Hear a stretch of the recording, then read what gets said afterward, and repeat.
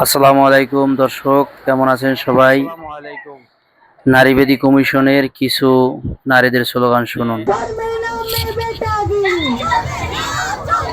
তারা কি স্লোগান দিচ্ছে, তারা কি ভাষা স্লোগান দিচ্ছে শুনুন। শুনতে থাকুন দর্শক।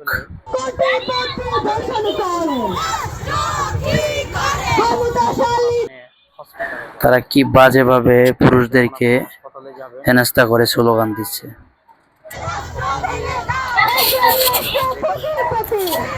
তারা স্লোগানে বলতেছে, ধর্মের নামে বেটাগিরি চলবে না, চলবে না।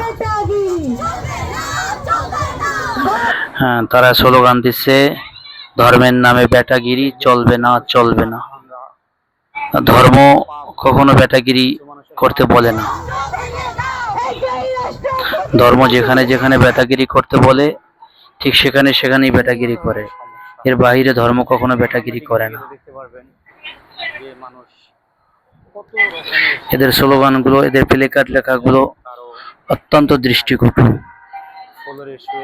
তারা বুঝাতে চায় কি?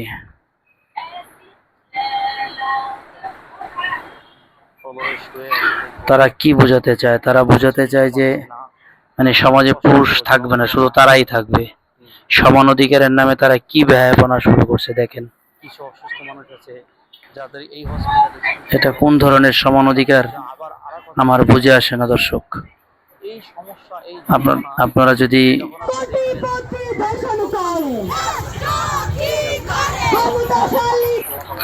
আপনাদের বিবেক কি বলে যে আসলে এরা কি চায়, মূলত সমান অধিকারের নামে বা নিজেদের অধিকারের নামে তারা কি চায়?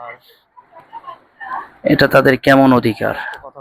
ধর্মের নামে বেটাগিরি, ধর্ম কখনো বেটাগিরি শেখায় না।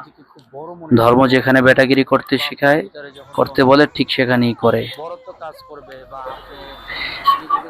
এদের ফাঁদে পা ফেলে অনেক নিরীহ মা বোনেরাও এদের ফাঁদে পা ফেলে এদের সংসারে অশান্তি আনে। এদের কারণে অনেকের সংসারে অশান্তি শুরু হয়। শেষ পর্যন্ত এদের সংসার তো করা হয়ই না, উল্টো এদের আরো সংসার নিয়ে অনেক ঝামেলা শুরু হয়। এরা আসলে দেখতে নারী হলেও আদতে এদের চলাফেরা, কথাবার্তা, এদের আচার আচরণ সম্পূর্ণ পুরুষ বিদ্বেষী। কিন্তু এরা জানে না যে আসলে একজন ধর্ম বা পুরুষ কখনোই একজন নারীর উপরে শুধু শুধু বেটাগিরি দেখায় না।